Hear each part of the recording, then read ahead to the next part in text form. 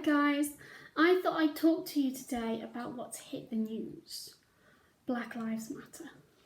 Now, the death of George Floyd and watching the video has made me change my mind about the whole idea of Black Lives Matter. Now, I've got to kind of explain... Sorry. I've got to explain to you why I had my reservations on Black Lives Matter. I'm not saying that Black lives don't matter, because they do. Anybody's life matters, in my opinion. But what Black Lives Matter meant to me was only black people are allowed to wear their hair in cornrows. Only black people are allowed to wear their hair in dreadlocks. Only black people are allowed to have black hairstyles, black people's clothing. Only black people are allowed to do certain things. You know, that's what it meant to me because of all of the YouTube videos I've watched on Black Lives Matter and how vehemently aggressive they all are. That's what it meant to me until the death of George Floyd.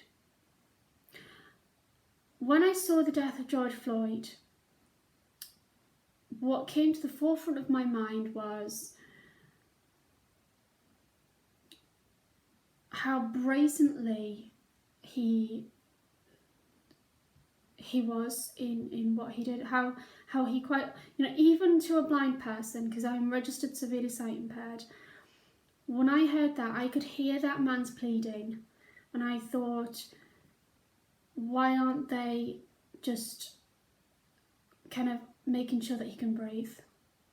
When I heard an ambulance staff member asking them to check for a heartbeat, I thought, well, do you know what, that ambulance staff member has obviously seen that more than once.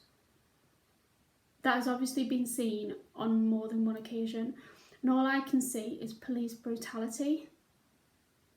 The fact that he'll kneel on that guy's neck with his hands in his pocket, my mum says, shows how much of a I'm just going to do this because I can attitude that man had. What I don't understand is why the other 4 police officers haven't been prosecuted for manslaughter, because they could have told their colleague to get off the man's neck. And that's all I have to say about that. Apart from, it's disgusting, it's dreadful, but I think Donald Trump's tweet, when he said, when the looting starts, the shooting starts, and that he was quoting it from a police officer that had used it a long time ago, that made me see how resigned to mob mentality he is, because let's face it, all of that violence, all of that damage to property, damage to people's livelihoods and damage to people's lives in general was done by extremist groups that are opposite ends of the pole. You get the white supremacists and then you get the Black Lives Matter brigade. And obviously there are people in between those. And then, Black Lives Matter to me meant vehemently hateful, you should apologise, you should, give us reparations for slavery, 3rd generation on. I don't believe in that. I don't believe that there should be a 3rd generation that needs reparations for slavery. I think what's actually necessary is just fairness.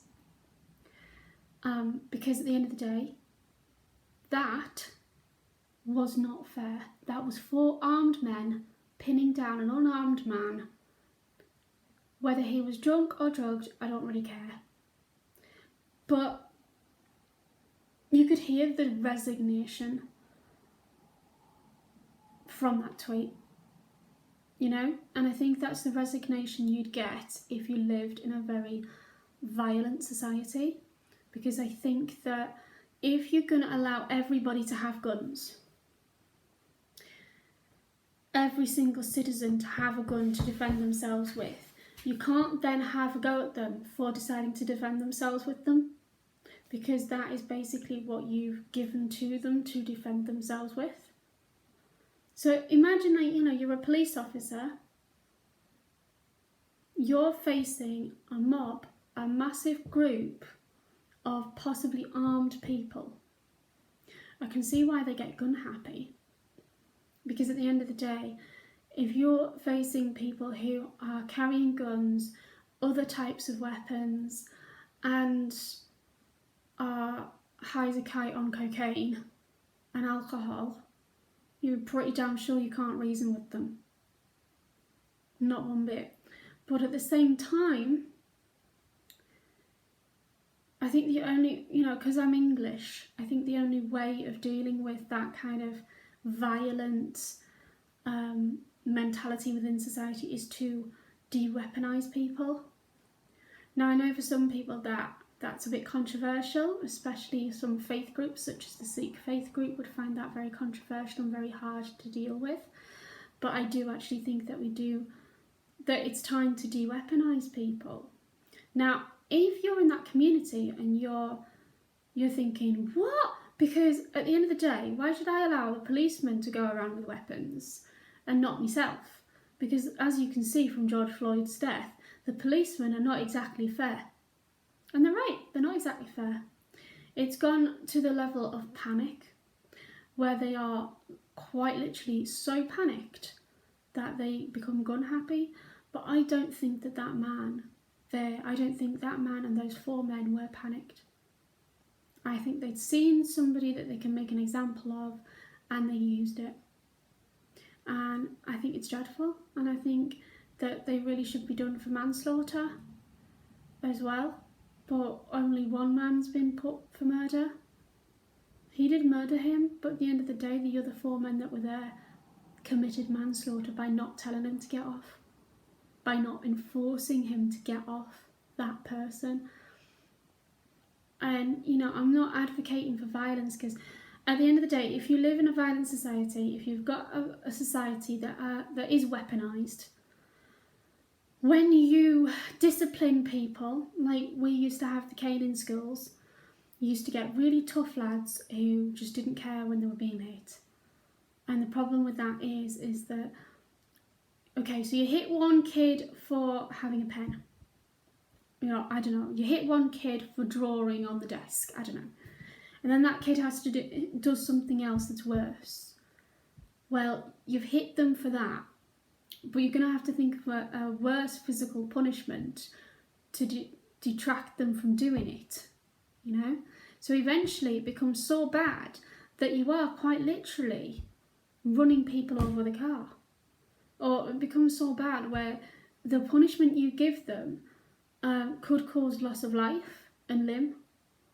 So that's why my dad, who was a headmaster and who had been a teacher at the time when they were allowed to use the cane, decided that using the cane doesn't really work.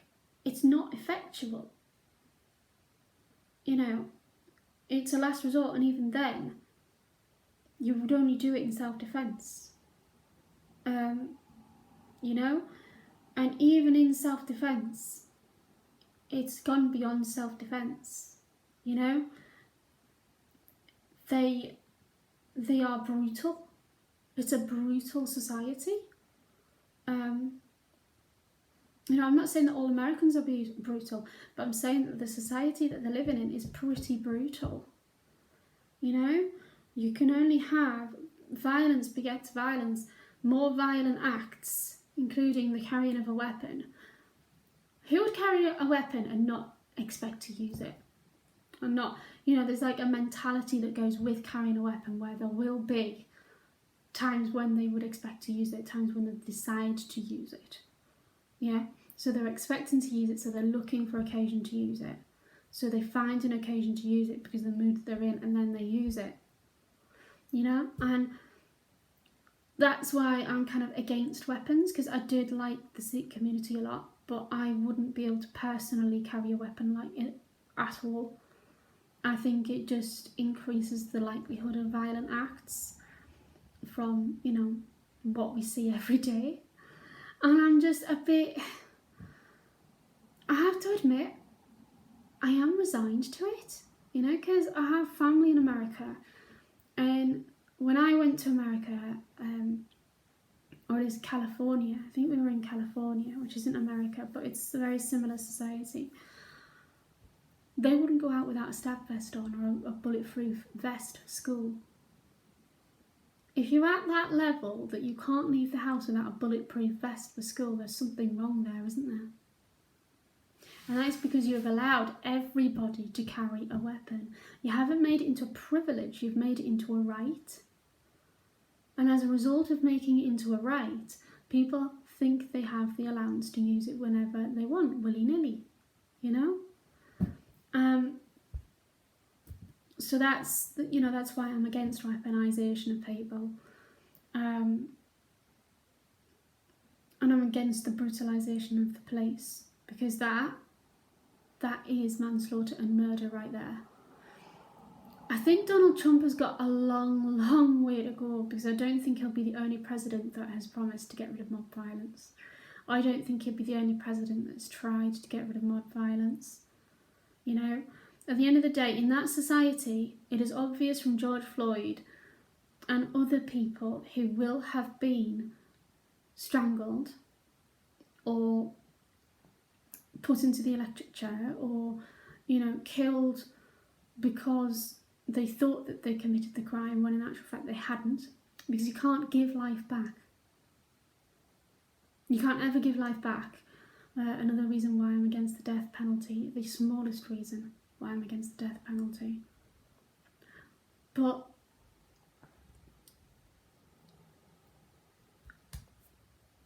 Martin Luther wanted people to judge a man by the content of his character. I don't think that they are judging by the content of people's character anymore, because at the end of the day, if they are going to turn into mobs and they're going to destroy each other's lands and hurt each other, then what does that say about the content of your character? It just promotes the idea that black people are violent monkeys. If you're going to go and destroy other people's lands and destroy other people's properties, despite what they've done to you, it just promotes the fact, the idea that they are violent monkeys. And again, with the white man, if you go out as a white person and you deliberately harm a black man like George Floyd, all you are doing is promoting the idea and making the idea into a fact. As Michelle Obama says, a fact is an idea at the start, and then it becomes fact, because an idea is an attitude. A fact is an attitude to begin with, and then it is played out, is that it is actualised in society.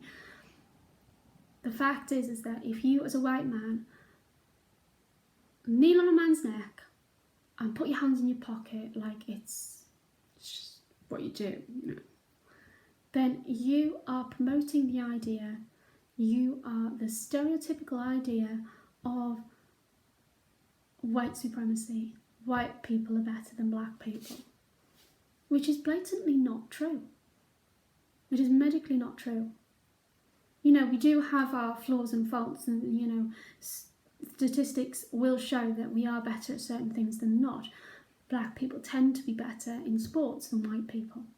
But I think that is something down to genetics, something that is actually down to them and the way that, you know, their bodies work. And that is coming from a headmaster that has been a headmaster for 30 years in England. And he will treat them the same. He will expect them to do their work. You know, he doesn't, you know, say to all white people, well, why are you bothering? You're against a black person.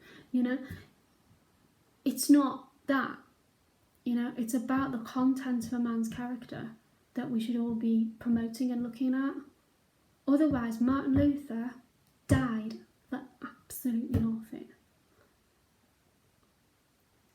And mob violence just serves to divide. So yes, You personally might damage something and you might feel great because you've got back at them. But the long-term effect of that is that you've just promoted the stereotypicalisation of the characterisation of black people as